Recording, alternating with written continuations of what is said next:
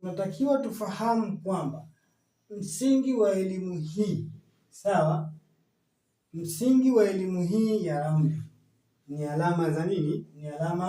Ni alama nini? Ya nukta. Msingi, sawa, msingi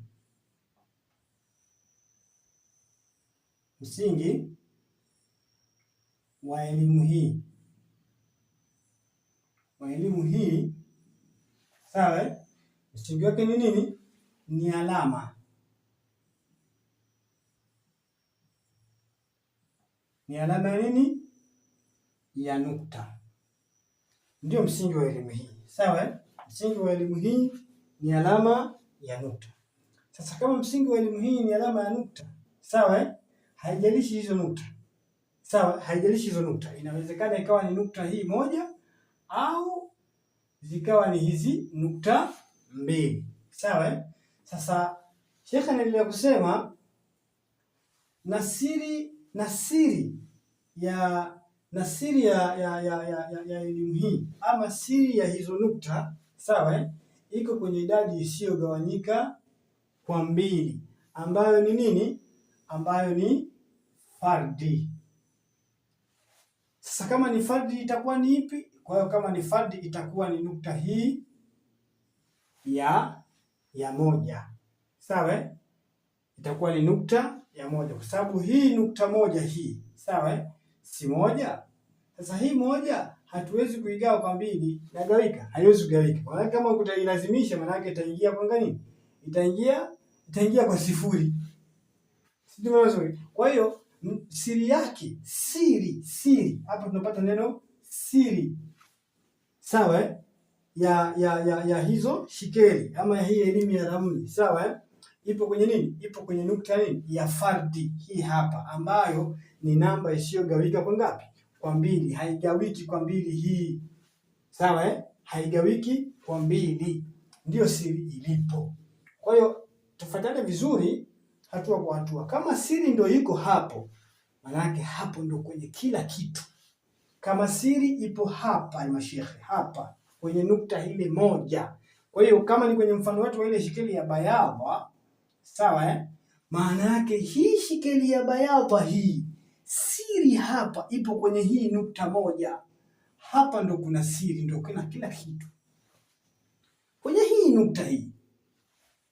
Kwa hiyo tufuatane vizuri haya maelezo. Haya maumbo ama yale maumbo 16 yana kashikashi yana kashikashi, yana balaa zito kama utaelewa vizuri. Kwa hiyo hii ni shikeli ya bayadha, lakini hii shikeli ya bayadha hapo unapoiona ina vitu vingi, sawa. Hapa kuna tafsiri yake, hapa kuna tafsiri yake, hapa kwenye moja kuna tafsiri yake, na hapa tena kuna tafsiri yake, sawa. Lakini pia hili umbo lote zima hili, sawa, lina tafsiri yake, sawa mashehe.